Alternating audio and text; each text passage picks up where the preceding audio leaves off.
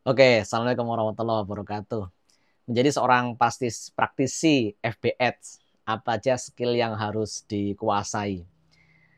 Oke, teman-teman sekalian, kita di Indonesia. Ini saya kasih garis bawah, kita di Indonesia dan tentunya berkaitan dengan skala usaha yang akan dihandle.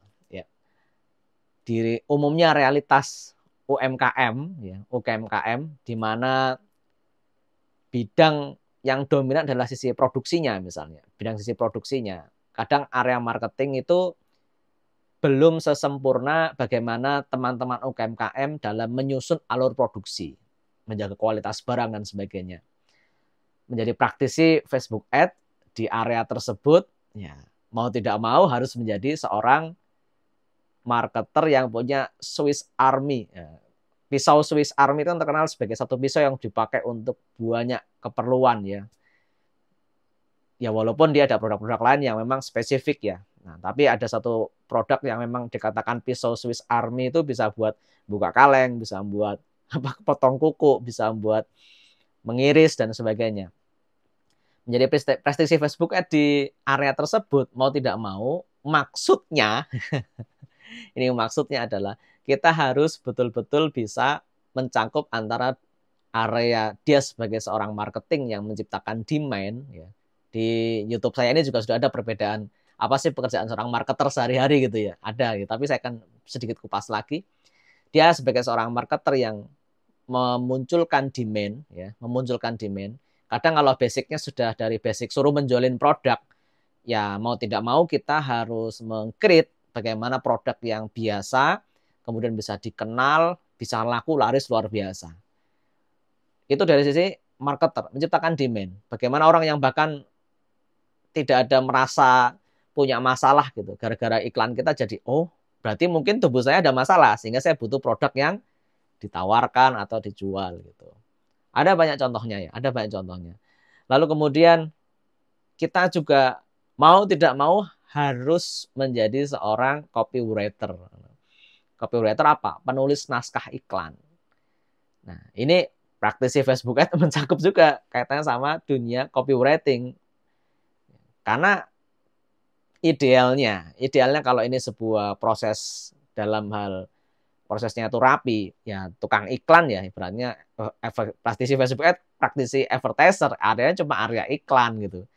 Bagaimana menyusun bahan yang sudah disiapkan oleh teman-teman konten ya, teman konten kreator, copywritingnya dari penulis naskah misalnya, kemudian kita websitenya itu dari web developer, dari teman-teman yang membuat landing page, membuat sales page.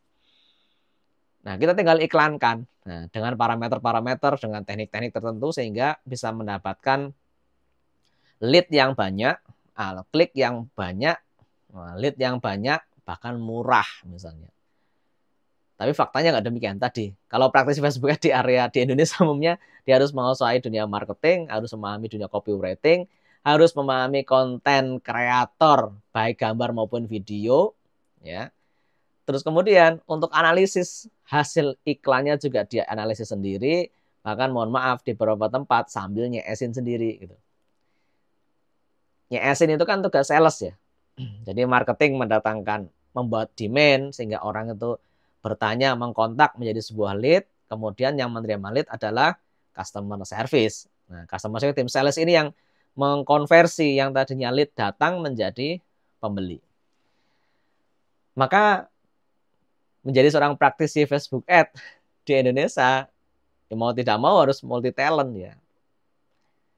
Sekali lagi, kecuali memang skala usahanya sudah tinggi, di mana area bidang per bidangnya sudah bagus. Namun belum banyak, walaupun sekarang di zaman yang sudah luar biasa seperti ini, belum banyak yang melek sampai tahap itu. Di mana dalam satu bidang digital marketing, misalnya orang SEO-nya juga harus memang orang-orang yang paham SEO, ya, untuk mengcoding websitenya juga orang developer tersendiri. Ya, tapi kapan selesainya? Kapan kapan jalannya UMKM dengan cara-cara seperti itu? Maka ini sebuah tantangan sekaligus apa ya? Kesadaran untuk kita bila mana pengen membangun karir yang lebih luas, ya kita harus belajar lebih banyak menjadi seorang praktisi Facebook Ads di Indonesia. Tidak sekedar bisa ngiklan, tidak sekedar bisa bikin konten, ya, juga harus bisa analisis, bisa membaca tren.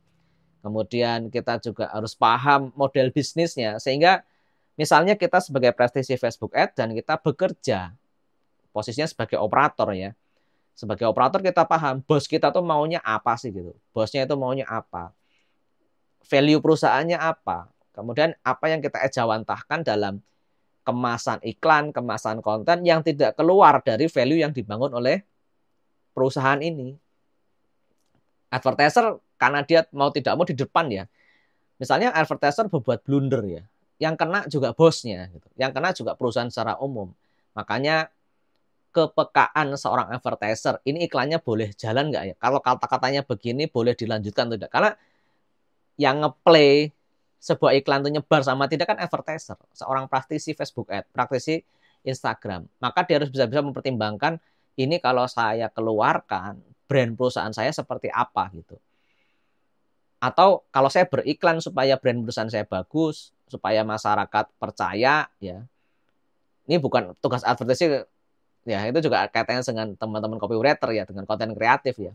Tapi bagi tangan terakhir yang mengeluarkan iklan itu kan advertiser. Nah, ini juga punya tanggung jawab moral. Kira-kira apa yang saya iklankan ini, kalau kita ngomong yang secara idealis ya, apakah bermanfaat untuk akhirat kita, bermanfaat untuk akhirat orang-orang yang menyimak atau tidak. Nah, inilah kompetensi yang paling tidak harus dipahami secara teknis, secara moral, menjadi seorang Facebook Ads advertiser. Nah, selengkapnya mungkin kita bisa diskusi lah, kapan kalau ada kesempatan kita buat forumnya, apa itu workshop atau apa. Ya, nanti bisa follow di TikTok saya, di Instagram saya, atau di Facebook ini kalau ada agenda pelatihan, kita bisa ngobrol lah. Berbagi pengalaman dari yang saya alami sebagai praktisi sejak 2010-an lah. Mungkin ada beberapa pengalaman yang bisa bermanfaat untuk start memulai usaha dengan Facebook Ads atau Instagram Ads ya.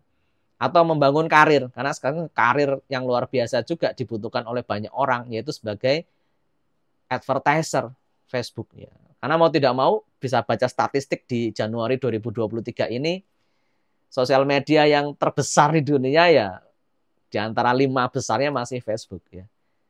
Di antara 5 besarnya masih Facebook. Oke, mungkin itu saja yang saya sampaikan. Mungkin di kesempatan yang akan datang kita akan bahas lagi. Salah satu kompetensi yang memang harus dipunyai oleh praktisi Facebook Ads juga nanti manajemen waktu.